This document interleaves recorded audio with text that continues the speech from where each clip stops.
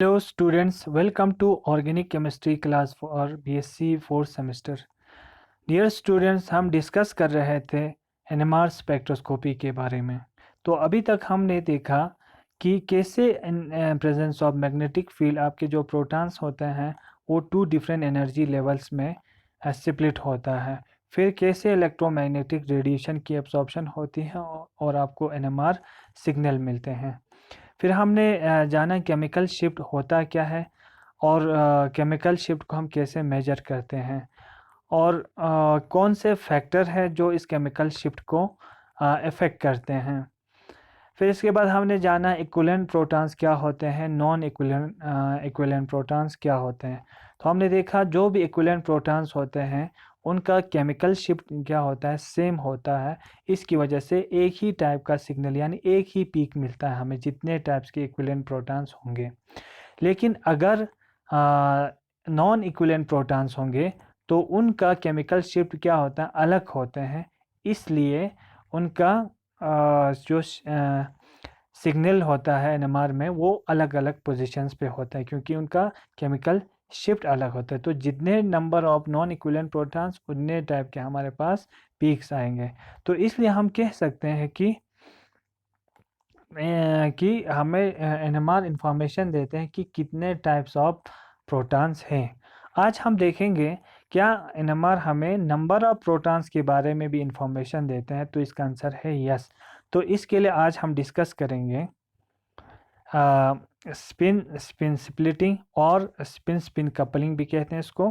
फिर हम प्रेडिक्ट करने की कोशिश करेंगे number of signals and their multiplicity.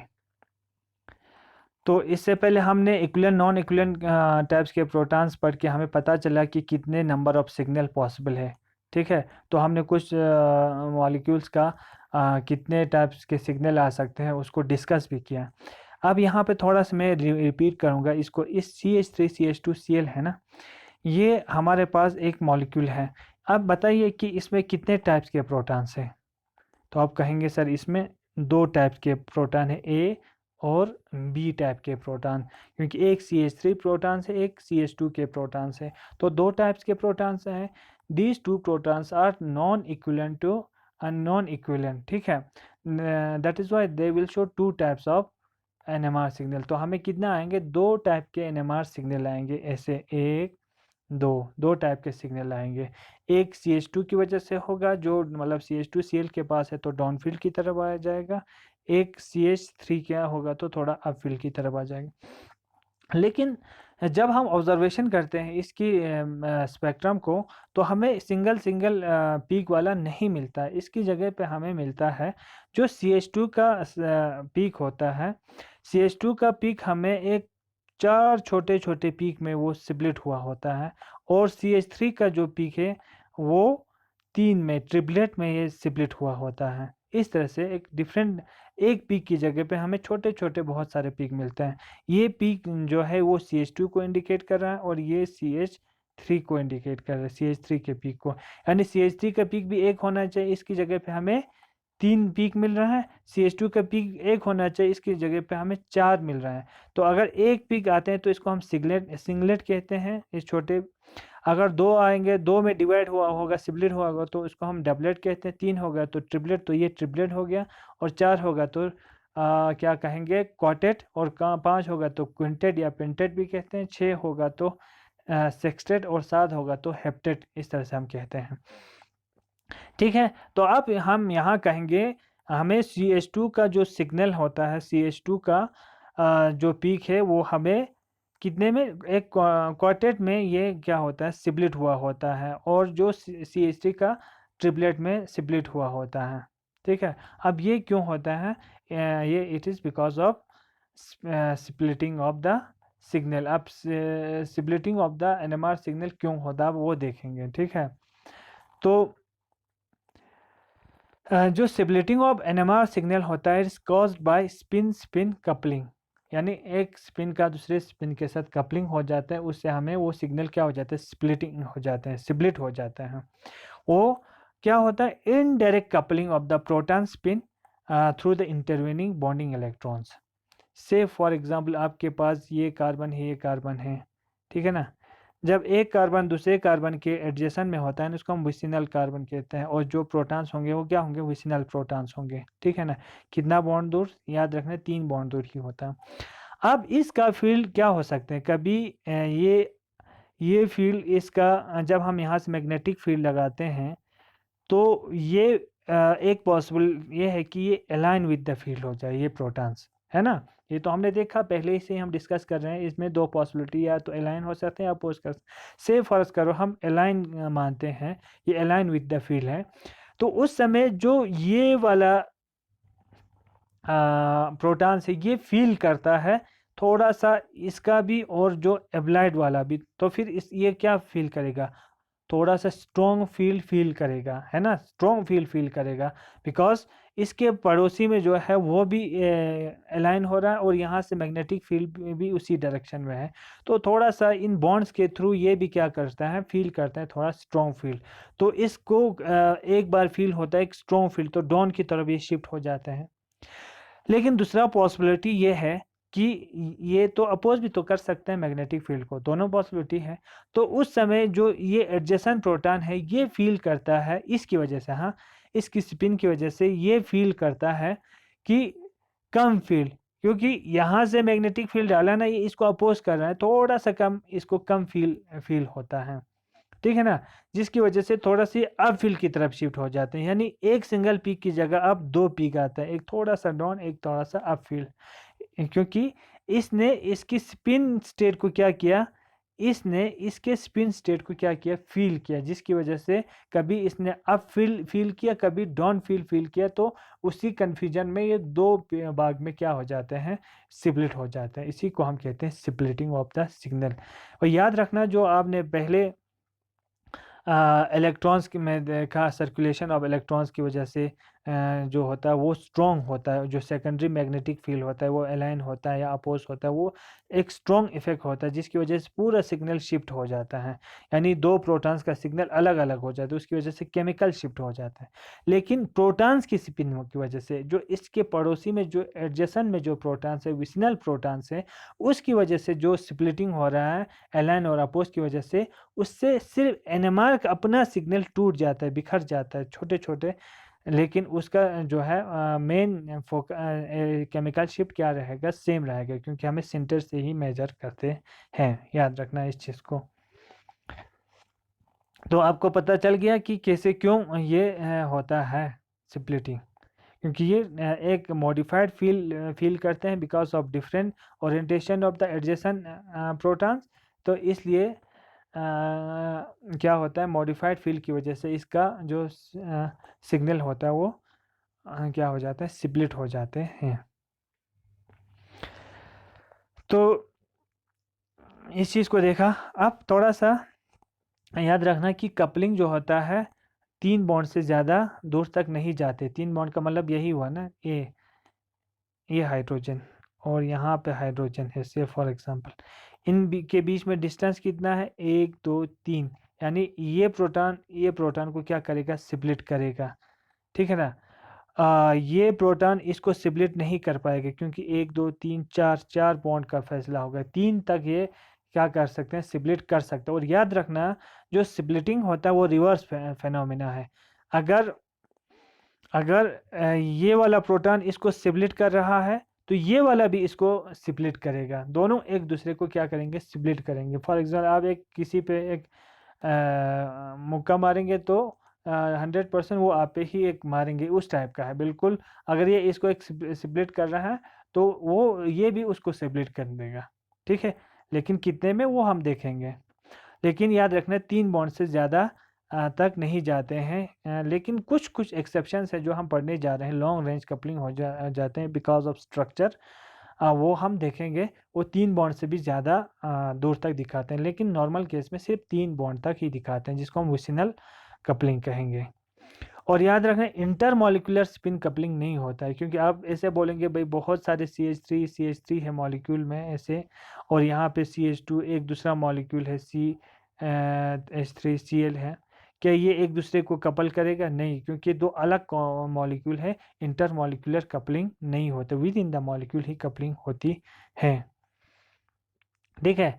अब क्यों होती है, थोड़ा सा आपको मैं यहाँ समझाऊंगा कि क्या क्या होता होगा, ये क्यों ऐसा मैं मॉडिफाइड फील करते हैं।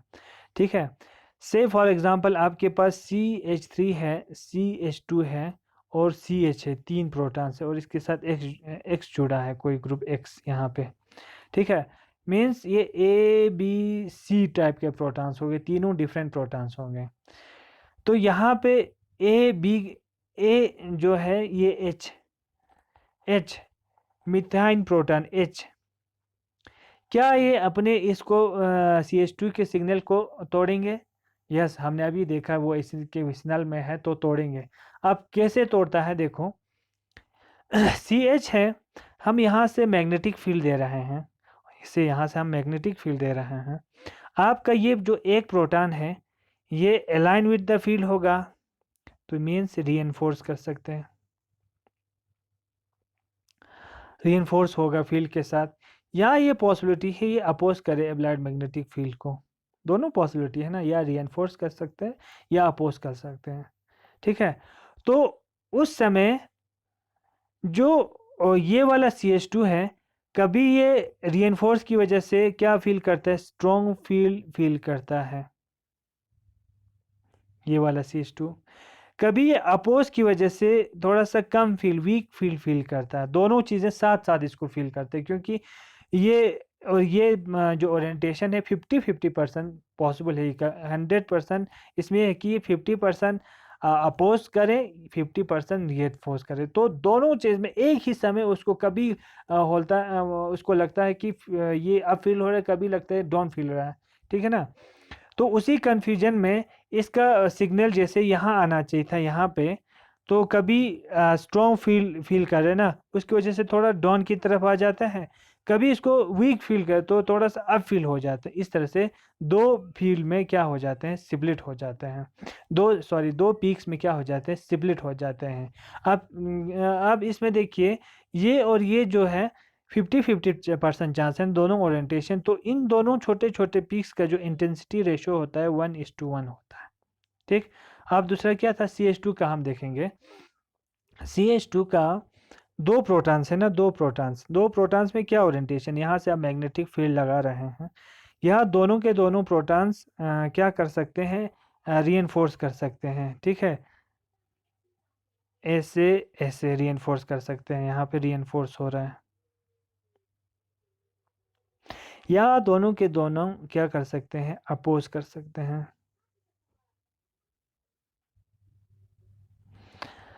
अब इसके बगल में से एक प्रोटॉन है, CH पे प्रोटॉन है इसके बगल में, अब ये CH2 इसको क्या फील करवाएगा, देखो वो हम देखेंगे। लेकिन इसमें और एक पॉसिबल ओरिएंटेशन है ना, एक अपोज करेगा, एक अलाइन करेगा, एक अपोज करेगा, यानी ये पॉसिबिलिटी है। या पहला वाला अपोज करेगा, दूसरा वाला रीइंफोर्स करेगा, ये भी तो ओरिएंटेशन पॉसिबल है। तो यही 3 ओरिएंटेशन पॉसिबल है इसमें, एक में टोटली रीइंफोर्स करेगा, एक में टोटली अपोज करेगा, एक में एक दूसरे को क्या कर रहे हैं, कैंसिल कर रहे हैं, तो नो इफेक्ट एट ऑल, कोई इफेक्ट नहीं होगा। अब देखेंगे ये इसके बगल में जो CH है वो क्या फील कर सकते हैं, जब ये रीइंफोर्स कर रहा होगा तो ये बगल में जो CH था, CH2 होगा जो भी होगा, वो स्ट्रॉन्ग फील करेगा, स्ट्रॉन्ग फील करेगा। ठीक है, जब ये वाला कंडीशन आएगा अपोज वाला, तो इसको वीक फील होगा। जब ये वाला कंडीशन आए तो इसको कोई भी अपना जो नॉर्मल है नो इफेक्ट, मीन्स इसका सिग्नल यहाँ आने वाला था, जब इसको स्ट्रॉन्ग फील कर रहे हैं तो इसका सिग्नल थोड़ा सा डाउन की तरफ चला जाएगा, जब इसको अपोज कर रहा था तो इसका हाई फील्ड की तरफ चला जाएगा, दोनों में जब कोई इफेक्ट नहीं हो रहा तो बीच में रहेगा, है ना।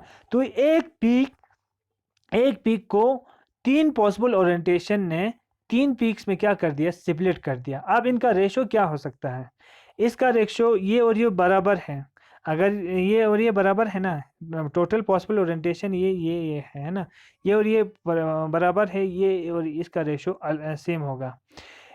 इनका दुगना ये ओरिएंटेशन है ना, 2 पॉसिबल ओरिएंटेशन है ये और ये 2 टाइप के, तो अगर ये 1 होगा मानेंगे तो ये 2 टाइम्स होगा, ये 1 टाइम्स होगा, 1:1:1 इस तरह इनका इंटेंसिटी होगा।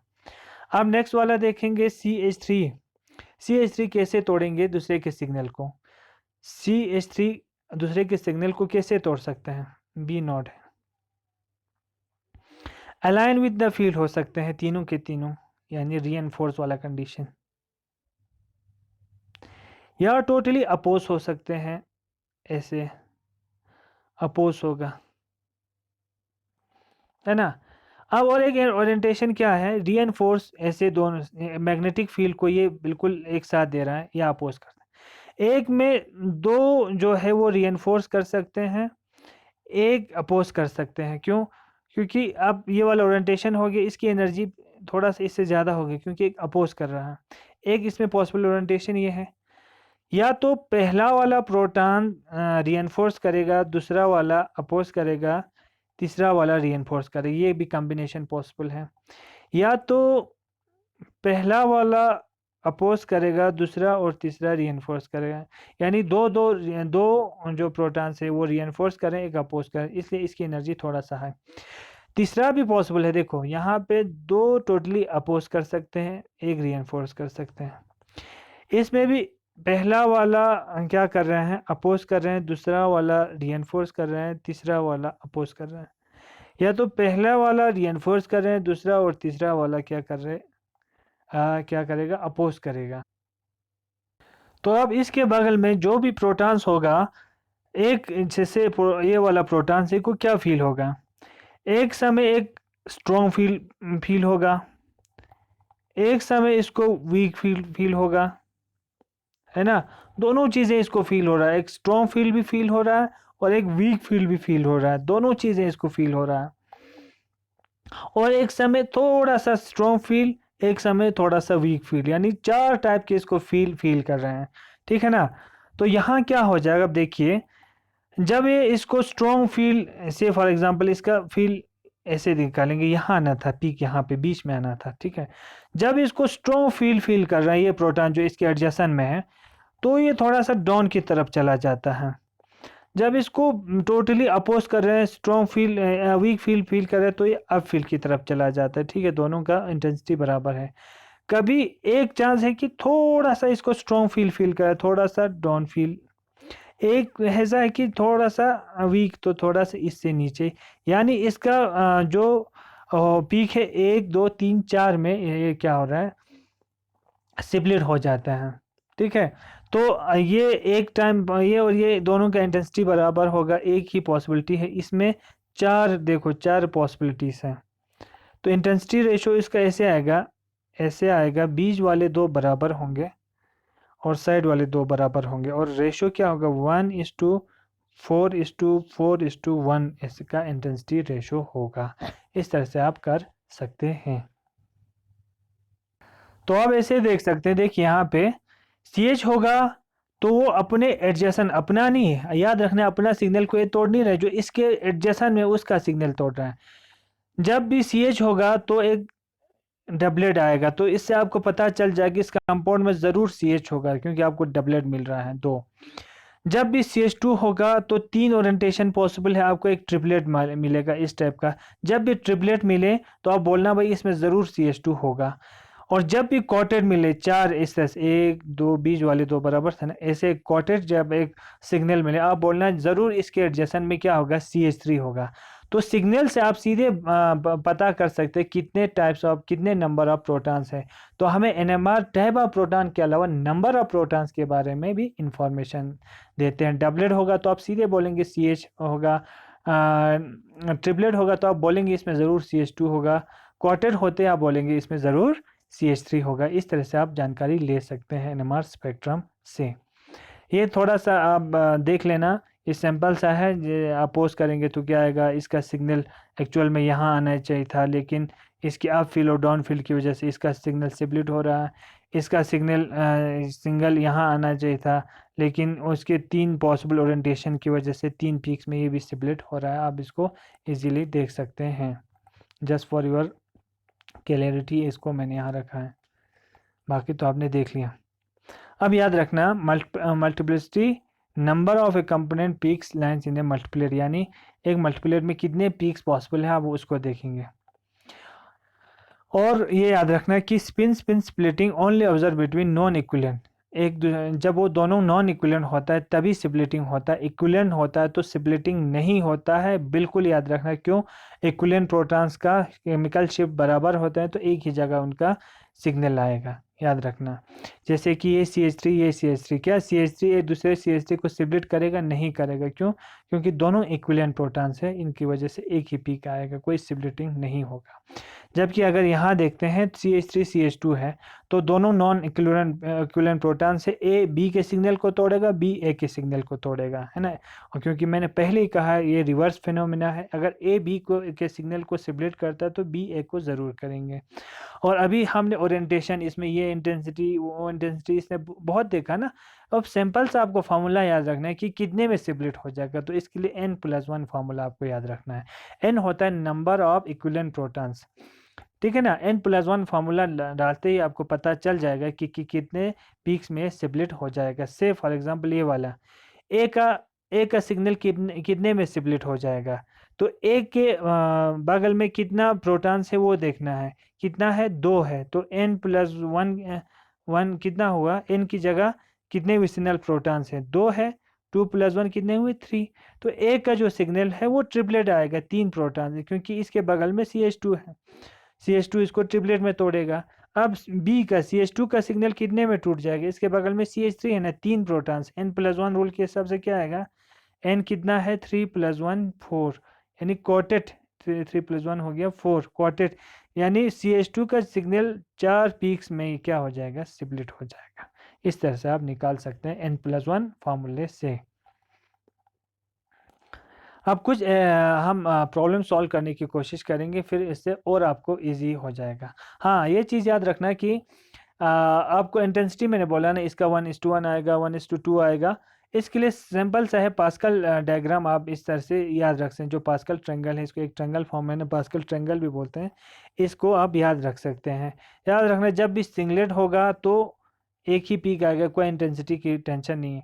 डबलेट होगा तो दोनों पीक्स का इंटेंसिटी बराबर होगा, इस तरह से 1:1। ट्रिपलेट होगा 3 पीक होगा, है ना, नंबर ऑफ पीक्स यहाँ दे रहा है ना। ट्रिपलेट यहाँ पे 3 पीक्स होगा तो स्पीच में 2 टाइम्स होगा, बाकी साइड वाले 2 बराबर होगा। क्वार्टेट होगा तो 1:3 है ना, बीच साइड वाला इतना होगा तो ये 3 टाइम्स होगा, बीच वाले 2 और साइड वाले 2 फिर से बराबर होंगे। इस तरह से आप इंटेंसिटी रेशो इस फॉर्मूला को देख के निकाल सकते हैं। आप कैसे याद रखना है, इसके लिए सिंपल सा है। आप क्या कर सकते हैं, पहले यहाँ 1 लिखेंगे, ठीक है, सिंगलेट के लिए। डबलेट के लिए यहाँ 1 लिखेंगे, यहाँ इतना तो कर सकते हैं ना। फिर यहाँ फिर 1 लिखेंगे साइड में थोड़ा सा, हाँ। फिर 1+1 कितना हुआ, इसको प्लस करेंगे तो कितना हुआ 2, फिर 1 लिखेंगे, ठीक है। फिर से लास्ट में पहले 1 लिखना है, 1 और 2 को प्लस करना है, 1+2 बीच में लिखना है बराबर 3, 2 और 1 को फिर प्लस करना पड़ेगा, बीच में 3 और लास्ट में 1। इसी तरह से यहाँ फिर से 5 पीक होगा तो यहाँ 1 होगा तो 1 और 3 कितना हुआ, 3 तक 4 हो गया, 3 को 3 कितना हुआ 6, 3 तक 4 हो गया, और यहाँ 1 आ जाएगा। 1:4:6 × 4:1 इसका इंटेंसिटी आएगा। अगर ये कितने का था, 5 पीक, 6 पीक होगा तो फिर से 1 इस और इसके बीच में लिखेंगे। 4+1 कितना हुआ 5, 6 और 4 कितना हुआ 10, 6 और 4 कितना हुआ 10, 4 1 कितना हो गया 5 1, 1:5:10:10। इस तरह से आप इंटेंसिटी रेशो निकाल सकते हैं पास्कल ट्रायंगल से। अब कुछ प्रॉब्लम सॉल्व करने की कोशिश करेंगे। Predict the number of signals and their multiplicity in the PMR spectra of the following compounds, ठीक है। तो ये है आपके लिए एक problem, Cl CH2 CH2 Cl, ठीक है। तो Cl CH2 CH2 Cl, यहाँ देखिए Cl है, CH2 CH2 Cl है, कितने टाइप्स के प्रोटॉन्स है, इसको A मानते हैं, तो ये CH2 ये तो सेम है, A ही है, तो दोनों इक्विवेलेंट प्रोटॉन्स हैं। हमने अभी कहा था कि इक्विवेलेंट प्रोटॉन्स एक दूसरे के सिग्नल को क्या करते हैं, तोड़ते बिल्कुल नहीं है, एक ही सिग्नल आएगा, तो इसका आंसर क्या आएगा। In this compound, all the 4 protons are equivalent. Hence, it will show only one singlet. No splitting of the signal will occur. याद रखना, कोई स्प्लिटिंग नहीं होगा, एक ही पीक आएगा इसमें। अब है ClCH2 CHCl2 ये वाला। अब इसमें क्या आएगा, CH2 और CH है, कितने टाइप से प्रोटॉन है, इसको A मानेंगे तो CH2 है ये, इसको तो B मानना पड़ेगा, ये CH है, तो दो टाइप्स के प्रोटॉन से दो सिग्नल आएंगे। अब देखेंगे A का सिग्नल B तोड़ेगा क्या, B का सिग्नल A तोड़ेगा क्या, देखेंगे तो CH2 है ना, दोनों एडजेसन में, CH2 के एडजेसन में CH है, दोनों बगल में, 3 बॉन्ड का ही फैसला है। देखो CH2 है ना, यहाँ Cl है, यहाँ CH है, यहाँ Cl2 है, 1 2 3 बॉन्ड का फैसला है एक दूसरे के बीच में, 3 बॉन्ड, 1 2 3 बॉन्ड है ना। तो ये CH और इस इनमें स्पिन स्पिन स्प्लिटिंग होगा। तो A का सिग्नल कितने में तोड़ेगा, A का सिग्नल हम देंगे, A का सिग्नल जो है CH2 का सिग्नल, कौन तोड़ेगा CH2 के सिग्नल को, इसका सिग्नल तोड़ेगा ये CH, क्योंकि इसके एडजेसन में ये है। तो N+1 फार्मूला से क्या आएगा, N कितना है इसके बगल में, इसके एडजेसन में कितने इक्विवेलेंट प्रोटॉन है, एक ही है, तो 1+1 कितना आ जाएगा 2। इसका मतलब CH2 का सिग्नल जो है एक डबलेट में टूट जाएगा। अब देखेंगे B का सिग्नल कितने में टूट जाएगा, B का हो जाएगा, B के एडजेसन में कितने, N+1 रूल के हिसाब से कितने हैं, B के एडजेसन में 2 प्रोटॉन से, 2+1 फार्मूला हो जाएगा 3, तो B का पीक ट्रिपलेट में चला जाएगा। तो इसमें एक डबलेट होगा, ट्रिपलेट होगा, और आपको यहाँ ज़रूरत तो नहीं, फिर भी आपकी जानकारी के लिए मैं यहाँ दिखाऊंगा। NMR का पीक अगर आएगा तो यहाँ लास्ट में पहले TMS लिखना है, इसका 0 है ना, TMS से फिर इस साइड में लिखना है आपको। सबसे पहला पीक जो है डाउन फील्ड में कौन सा है, CH वाला है, CH, क्योंकि इसके साथ में 2 Cl2 है, 2 Cl2 स्ट्रॉन्ग इलेक्ट्रोनेगेटिव एलिमेंट है, तो CH को क्या करेगा, डीशील्ड करेगा, डीशील्ड करने से का इसका सिग्नल डाउन फील्ड की तरफ चला जाएगा, TMS से दूर चला जाएगा।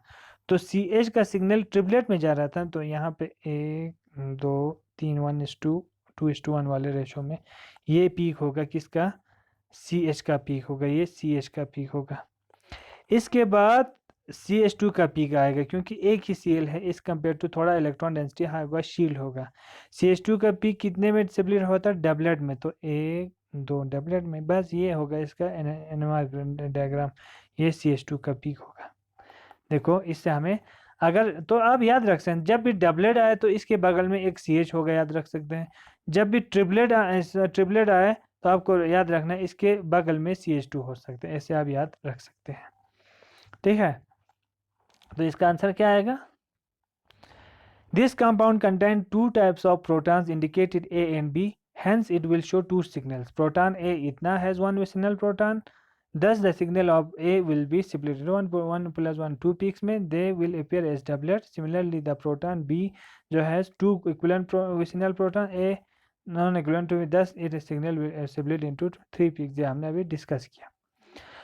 अब नेक्स्ट वाला देखिए आप, नेक्स्ट वाले का क्या हो जाएगा, इसका CH3O CH2 CH2Br है, यहाँ दिखाएंगे, चलो आपको बड़ा करके, CH3O था यहाँ पे, CH3O था, CH2Br है, बस यहाँ Br है। अब देखिए कितने टाइप्स का, इसको A मानते हैं, तो A टाइप कहीं प्रोटॉन मिल रहा है, नहीं, ये एक ही रहेगा। अब इसको B मानते हैं, अब B टाइप का प्रोटॉन है, हाँ यहाँ CH2 दिख रहा है, लेकिन सेम है कि हम देखते हैं, इस CH2 के एडजेसन में Br है, इस CH2 के एडजेसन में O है, तो दोनों अलग हो गए C टाइप का। इसका मतलब it has 3 types of proton, it has 3 non equivalent proton, so it will show 3 types of signal, 3 signal इसमें ज़रूर आएंगे। अब देखेंगे A का सिग्नल, जो A का सिग्नल वो सिंगल आएगा कि डबल आएगा, ट्रिपलेट आएगा, क्विंटेट आएगा, वो देखेंगे। क्या इसका सिग्नल कोई तोड़ पाएगा, नहीं, क्योंकि CH3 बीच में ऑक्सीजन फिर C आ रहा है, यानी बहुत दूर है, ये 3 बॉन्ड से आगे जाता नहीं है। देखो अगर इसका बॉन्ड देखेंगे तो कितना दूर जा रहा है, CH है, H है, H है, H है, 3 CH3 O है, फिर इसके बाद A H, देखेंगे आप इनके बीच में कितना डिस्टेंस है, 1 2 3 4 बॉन्ड का डिस्टेंस। हमने अभी अभी कहा 4 बॉन्ड तक ये जाता नहीं, इसका सिर्फ 3 बॉन्ड तक। तो बीच में ऑक्सीजन आया तो आप बोलेंगे ये अपना ही पीक दिखाएगा, ना ये किसी को सिबलेट करेगा, ना कोई और प्रोटॉन इसको सिबलेट करेंगे। तो ए का सिर्फ क्या आएगा, एक सिंगलेट आएगा, सिंगलेट पीक आएगा, ये याद रखना। अब हम बी की बात करते हैं, बी का सिग्नल क्या आएगा। बी का क्या सिग्नल आएगा, इसके एडजेसेंट में कोई प्रोटॉन से इस साइड में CH2 है, इस साइड में फिर से वो का सिबलेट नहीं करेगा। यस, इसका पीक किस में, बी का सिबलेट हो जाएगा N+1 में। N कितना है इसके पड़ोसी में, 2 प्रोटॉन है, 2+1, यानी इसका पीक भी ट्रिपलेट में सिबलेट हो जाएगा। अब सी की बात करते हैं। सी क्या है, N+1 रूल के हिसाब से इसके एडजेसेंट में कितने प्रोटॉन है, सी के एडजेसेंट में, यहाँ तो Br है, यहाँ तो कुछ नहीं है, यहाँ पे है CH2, यानी 2 प्रोटॉन से 2+1 = 3 हो गया। तो हमें एक सिंगलेट, इसका पीक ट्रिपलेट, इसका भी पीक ट्रिपलेट में मिलेगा, यानी हमें इसमें 3 सिग्नल मिलेंगे। एक सिग्नल टोटली सिंगलेट होगा, एक ट्रिपलेट होगा, एक ट्रिपलेट होगा, ठीक है ना। तो इसका अगर हम NMR में स्पेक्ट्रम बनाएंगे तो ऐसा आएगा, एक ट्रिपलेट होगा, ठीक है, फिर से एक क्या आएगा, अगर ये स्ट्रॉन्गली डिशील है, ये CH2 बी वाले का प्रोटॉन थोड़ा सा डाउनफिल, शायद इतना हो जाएगा बी, आप इसको कंफर्म भी कीजिए, CH2 बी। फिर इसके बाद ये ईथर वाले का ज़्यादा केमिकल शिफ्ट होता है ना, मैं आप लोगों को याद करने के लिए बोला था, हमने किया होगा। तो ये सिंगल पीक आएगा इसका, और इसके बाद इसका थोड़ा हाई फील्ड में ट्रिपलेट आएगा, बस। ये CH3 का हो गया, CH2 का हो गया, ये इसके CH3 का हो गया, ये CH2 का हो गया, ये B का हो गया, ये A का हो गया, ये C वाले का इस तरह से हमारे यहाँ TMS होगा। इसके आपको याद करने की ज़रूरत नहीं है, फिलहाल आप इतना रखो इसमें कितने 3 सिग्नल बनेंगे। CH3 वाला सिंगलेट होगा, B वाला ट्रिपलेट होगा, C वाला आपको फिर से ट्रिपलेट होगा। इस तरह से आप कर सकते हैं। तो ये इस चीज़ को जब तक आप प्रैक्टिस नहीं करेंगे तब तक आपको नहीं हो जाएगा। तो इसलिए मैं आप लोगों को कुछ असाइनमेंट दे देता हूँ इस चीज़ को करना। अब क्वेश्चन तो ऐसे भी पूछते हैं आपको एग्ज़ाम में, आपको वहाँ से ही बोला होगा कि आपको 1 डबलेट है 1 ट्रिपलेट है, इसका स्ट्रक्चर बनाओ। अब उल्टा है, अब क्योंकि हमने कहा कि NMR एक पावरफुल टूल है जिससे हम स्ट्रक्चर डिटरमाइन करते हैं, तो आपको कह रहा है कि आप इसका स्ट्रक्चर डिटरमाइन कीजिए। आप कैसे करेंगे स्ट्रक्चर डिटरमाइन, पहले NMR का सिग्नल लेंगे, फिर पहले केमिकल फार्मूला पता करेंगे, CH3Cl5 है, NMR में फिर डबलेट और ट्रिपलेट आ रहा है। और मैंने पहले ही कहा आपको, जब भी आपको डबलेट दिखे, 1 डबलेट है, एक डबलेट, डबलेट का मतलब क्या है कि इसके एडजेसेंट में ज़रूर CH है, और 1 ट्रिपलेट है तो इसके एडजेसेंट में ज़रूर CH2 है। ट्रिपलेट का मतलब CH2 है ना, क्योंकि CH2 अपने पड़ोस के जो प्रोटॉन्स को इसको ट्रिपलेट में सिबलेट करते हैं, CH डबलेट में करते हैं, तो हमें सीधे आ रहा है CH और CH2 होगा। लेकिन 3 कार्बन है, एक कार्बन यहाँ होगा, हमेशा पहले ए से कार्बन 3 लिखो, फिर यहाँ H लगाओ, है ना। यहाँ ऐसे आप ऐसे कर सकते हैं, 3 कार्बन है, 3 है, ऐसे लिखेंगे 3 कार्बन। 1 डबलेट है, 1 डबलेट का मतलब एक CH होगा ज़रूर, वो तो बीच में पॉसिबिलिटी है CH होगा। 1 ट्रिपलेट है, इसका मतलब एक CH2 होगा, बस, ठीक है, बाकी तो है नहीं। इसका मतलब कितने Cl है, बाकी Cl होगा, Cl1 Cl2 Cl3 Cl4 Cl5 हो गया, ये इसका स्ट्रक्चर हो गया, सिंपल सा था, ठीक है। आप ये भी बोल सकते हैं, कोई ऐसा भी बोल सकता है अगर इसको समझ में नहीं आया होगा, ये भी तो बोल सकते हैं ना, CH2 यहाँ है, फिर C है, यहाँ CH है, फिर बाकी Cl Cl Cl Cl Cl, ये भी तो यही सेम फार्मूला हो गया। लेकिन भाई यहाँ पे बीच में C आ गया, यहाँ C आ गया, फिर क्या ये एक दूसरे को सिबलेट करेगा, नहीं करेगा, क्योंकि लॉन्ग रेंज हो रहा है ना। तो ये भी सिंगलेट आएगा, ये भी सिंगलेट, वहाँ पे डबलेट ट्रिपलेट नहीं आएगा, इसलिए जब भी ये सिबलेट करेगा एक दूसरे के एडजेसेंट में होगा। तो CH2 जो पहला वाला फार्मूला है वो सही वाला फार्मूला है, ठीक है। तो आंसर इसमें क्या आएगा, the compound shows 1 doublet and 1 triplet, this indicates the presence of CH2, हमेशा याद रखना, ठीक है, in the molecule 10 following structure with molecular formula, इतना ये होगा। ठीक है। अब C4H10 ओ C4 है, C4 आप ऐसे ड्रॉ करो, 1 2 3 4 C4 है, ठीक है ना। इसको थोड़ा सा दूर दूर दिखाएंगे, थोड़ा क्लियर हो जाए आपको। 1 2 3 4 और एक ऑक्सीजन है। ऑक्सीजन को कहाँ रखेंगे हमें पता नहीं है। 1 सिंगलेट है, 1 डबलेट है, 1 सेप्टेट है। डबलेट मैंने कहा, डबलेट बोलते ही आपको क्या याद रखना है, CH याद रखना है।